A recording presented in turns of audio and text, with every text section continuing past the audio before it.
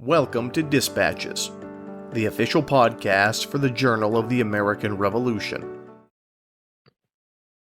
Hello, ladies and gentlemen, and welcome to another episode of Dispatches. I'm your host, Brady Kreitzer. Today, our guest is author and Journal of the American Revolution contributor Mike Cecere, and he'll be talking about the Colonial militia system in the lead-up to the American Revolution. For those who haven't watched the show before, Mike is a longtime guest here at the Journal of the American Revolution, and really in the scholarly world abroad. He's sort of the go-to guy for the history of Virginia in the Revolution, and he's a regular staple at Colonial Williamsburg, so you may see him around. Mike, welcome back. Thank you, Brady. Thanks a lot for having me. I'm thrilled to be here. Mike, you've been on the show before. Remind us a little bit about who you are and what you do. I am a retired American history teacher who has retired to Colonial Williamsburg, and so I'm in paradise for anybody who likes the Revolution or history in general. And I've written now 25 books on the Revolution, some biographies, other general histories. I even branched out with my daughter, and we did a 3-book historical fiction series for kids, written for kids, and it's just a joy. So now I volunteer a little bit at Williamsburg. I do a little evening work. I get to dance, Colonial English country dancing here. I get to be a soldier every once in a while. So it's just a wonderful phase of life now. So I'm pretty happy. Excellent. Okay, Mike, so tell us, why did you decide to write this article? What inspired you to take this on? Well, we, as I'm sure most people realize, are approaching a really special anniversary cycle, the 250th anniversary of the beginning of the Revolutionary War. I've been waiting for this for years. I started Rev War reenacting 25 years ago, and I kind of entered right when they were doing the 225th. But anybody knows that 250 is much more special than 225 in terms of anniversaries. And so now we're here. We're 6 days away as we speak from Lexington and Concord. And so the primary reason I wrote this article was simply to set the stage. I wanted to just make people aware of what the situation was before the war breaks out. And so kind of laying the groundwork, and it's one of several articles I submitted to the JAR, kind of following. I'm really affected by the anniversaries and like to celebrate them when they come up. Go to places when it happened. Try to get there on the actual date that it happened if I can. So that's why I wrote this. This is kind of like a prelude to what's about to happen next week. Excellent. Okay, Mike, I have a doozy of a question for you. It's basic on the face, but it could be more detailed. What is a militia? Yeah. What is a militia? I've heard a lot of people compare militia to the National Guard of today, but I don't think that's appropriate because I think the National Guard of today is better trained and equipped and such. So the colonial militia that we're looking at, they're basically like your colonial emergency defense force, and every colony had them, although Pennsylvania had associators. They weren't quite the militia. They had a more almost like volunteer organizations. But the other 12 colonies of the 13 colonies had militia, and they typically required service in the militia between an age range anywhere from 18, sometimes 21 in certain colonies, all the way up to 60. Although 45 was also a common number, at least prior to the Revolutionary War. And so these guys, remember, it was a different time in America. We didn't have a standing army to speak of. We had the British Army, but we didn't have our own standing armies. And honestly, there weren't a lot of British soldiers posted in the colonies unless they're posted on frontier forts, or there's small garrisons in Philadelphia or New York. And then, of course, Boston, the first one show up in 1768 in large numbers, and then again in 1774. But basically, the colonial militia was there to put down invasions, but also, don't forget, in the South especially, insurrections, slave insurrections. They would be called out for that as well. So they had, a purpose of security is what it was. And it was a citizen citizen soldiers is what they were. Mike, I think that's a really great answer. I always like to equate them to volunteer fire departments in some ways as well. Let's talk about the 7 Years' War. You allude to this in your article. Militias really come into their own, I think, in the 7 Years' War. Could you talk about their role in that conflict? Yeah, they do. They are definitely used, but now my knowledge of the 7 Year War is not as broad as the Revolution. So I'm really more speaking from an experience of, say, Virginia and Pennsylvania. But you're absolutely right. The militia, and I'm pretty sure the New England militia was very, very active in the French and Indian War. But you also see those colonies during the 7 Year War resort to provincial troops. And so, in a way, you've got three classifications of troops fighting on the British side. We'll go from the top: the redcoats themselves, and then you've got these provincial troops, and then you've got the militia. All right. So the militia, the provincial troops are colonists, and the difference between the two is that those provincial troops signed up for a full year of service, typically 1 year service, typically, and they were out there the whole time. They were equipped kind of in a uniform way, and they were essentially colonial regular troops. All right. Whereas the militia were, I don't know if I want to use the word standby, because George Washington, Colonel Washington, dealt with militia quite a bit out there on the frontier, but they were less reliable, less experienced, less trained, and they didn't really serve. And that's going to be a problem that plagues him even more during the Revolution with militia. Yep. So, Mike, what happens to these militia after the French and Indian War? The French are defeated. We're before the Revolution. That system changes a little bit, right? It does. It does. Well, what happens is your main threat, the French from Canada, are no more. And so the British have now kicked the French out of this portion of North America. And there's really not, there's not a need to keep the militia as active. Typically, militia service in peacetime was an occasional muster, which was almost more of a community picnic gathering, almost a social affair, than it was a serious military training exercise. And I think you start to see that again in the 1760s. The militia, you don't have that sword of Damocles hanging over your head like the French up in Quebec and up in Canada anymore. Even the native Americans, they've lost a key ally, many of them, the French, so they're not as threatening. Now, of course, everything I'm saying really refers more to the eastern colonists. If you're living on the west, on the frontier, the militia are still important to you and all that. And so it's a different ball game out there. But basically, I would say the usefulness and the training and the skill and the experience of the militia decays over the 1760s, and to the point, and largely because more and more colonists have come to kind of believe they're not needed, and there are guys that will try to find ways to skip militia service. It's not something that people are all excited about. There are a lot of people that you have to compel to turn out for musters. There are laws written down in the books. And so if you're one of these that are an exempted group, you're kind of considered lucky. Okay, Mike, so in your article, you're going to list a couple events that really lead to a call for a resurgence of this militia system as we lead up to the Revolution. Could you tell us about some of those kind of flashpoint moments? Yes. So, really, what happens?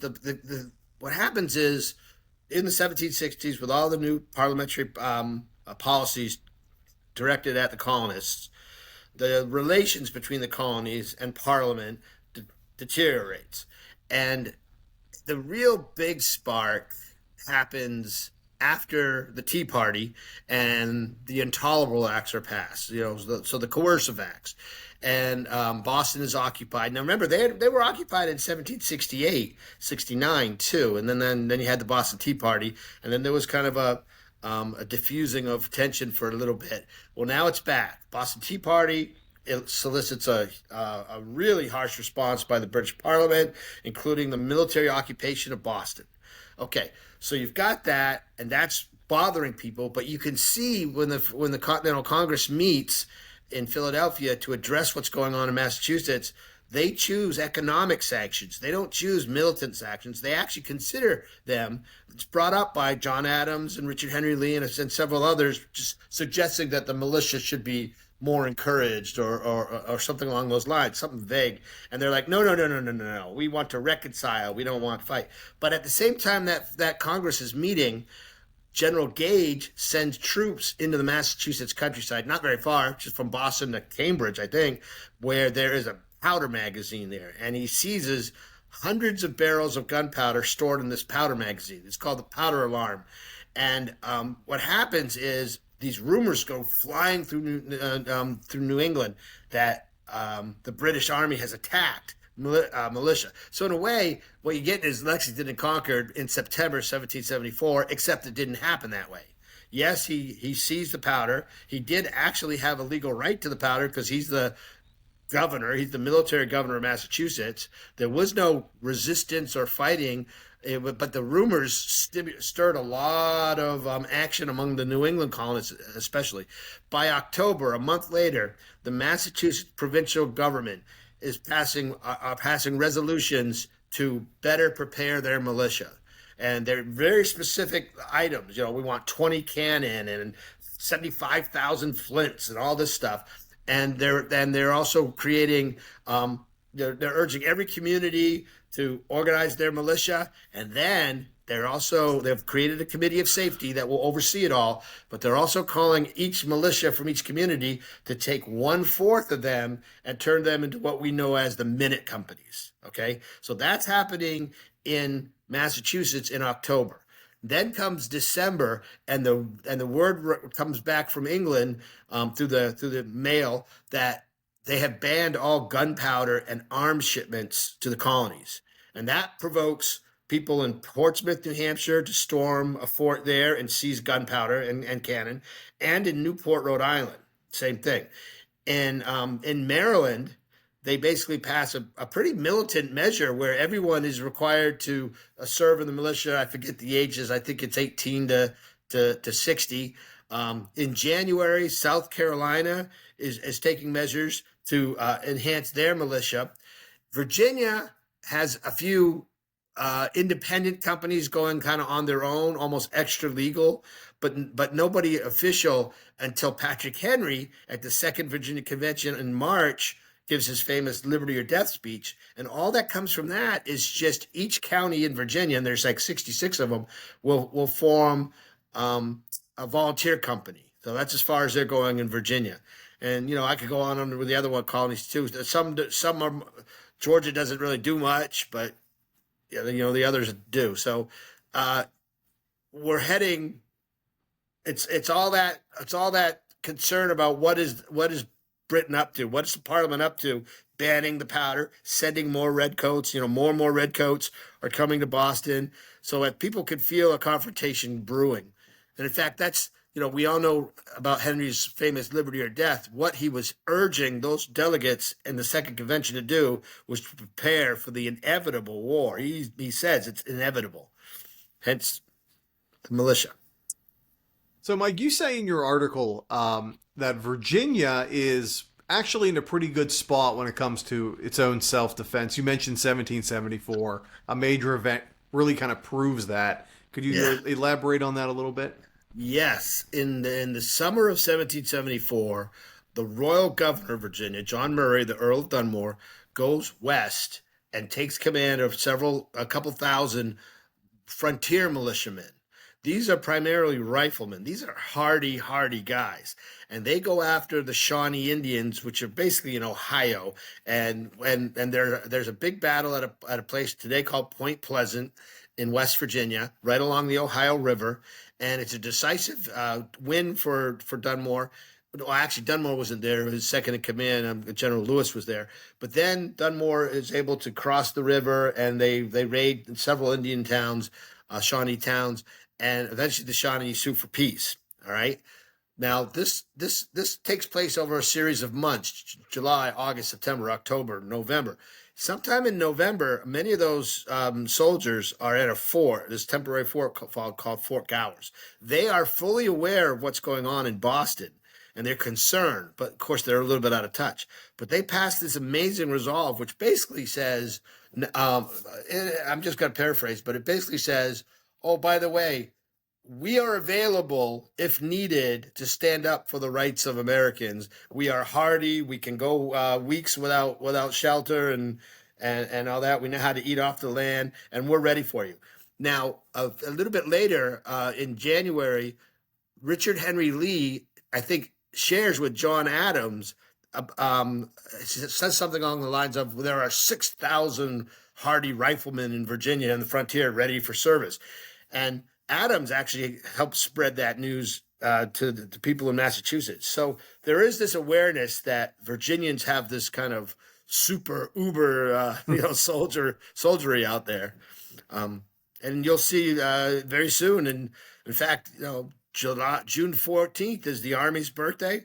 It's the 10 independent rifle companies, only two from Virginia, 6 from Pennsylvania, that are formed, 2 from Maryland. And then the next day, George Washington gets picked to be the commander-in-chief of the Army. Excellent. Okay, Mike, so this gets ahead of your article a little bit, but from what the research you've done, and what we're talking about, how would you say the evolution of this militia system really affects the American Revolution? Yeah, this would be interesting. So the militia, obviously, Lexington and Concord, they had great success, really. I mean, not at Lexington, but then the Battle Road fighting from Concord all the way to all the way to Boston back. I think it's pretty clear that the militia were victorious in that battle. And they played roles during the siege, especially early on when Washington or when he was doing the Second Army in January. He needed militia to come and fill the gaps. But I've been reading and researching for a long time all this time period, and I read a lot of Washington's papers. And speaking on his behalf, he was quite frustrated with the militia. He wanted longer terms of service, and he wanted a regular army. But of course, we were afraid of a regular army. It was a regular army that were oppressing us in Boston. So, I mean, you can point to examples of where the militia were important, even Saratoga, the turning point, Kings Mountain in South Carolina. I mentioned Lexington and Concord. But there are a lot of examples where Washington is at his wit's end with the militia, too. So he really needed the Continental Army deserves I'd say the majority of credit for winning our independence. If we had relied solely on the militia, it wouldn't have happened. Now, am I shortchanging the militia a little bit? Yeah, my militia friends who reenact as militia would say I am. And so I'll let them come on one day and defend the militia. But, I think one of the things I think that drove Washington crazy was that the militia would come in, and of course they needed to be provisioned and supplied, and they'd eat and they'd draw supplies, and then they'd go in a month or 3 weeks and all that. And so it wasn't that they weren't contributing what they were costing in many cases for Washington. Okay, Mike, we always end with this question. It kind of gets to the heart of what we do as historians. How do you think this article helps us understand the Revolutionary era better? Right. Well, it's funny. The Revolutionary era, I don't know about you, Brady, but I'm often having to correct myself. I say the Revolution or the Revolutionary War. And so I made a point of mentioning in 6 days the Revolutionary War started.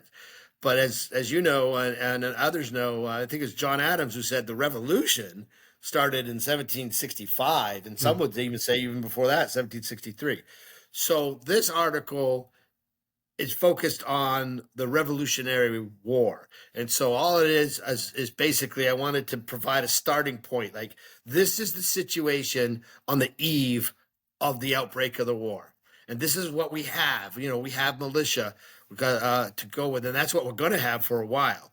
It's going to take Virginia, uh, Virginia, it'll be months before Virginia starts raising troops to serve for just 1 year.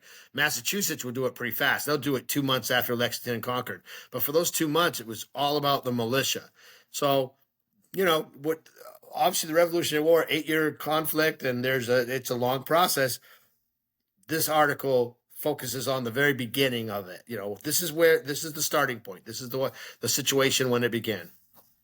Okay, Mike, real quick before we go, what's going on at Williamsburg? What's new down there? They are commemorating the powder magazine incident, which happened 2 days after Lexington and Concord, and 8 days before we even knew here in Williamsburg about Lexington and Concord. So they're going to do that for 4 nights coming up this weekend. The anniversary of that is Monday night.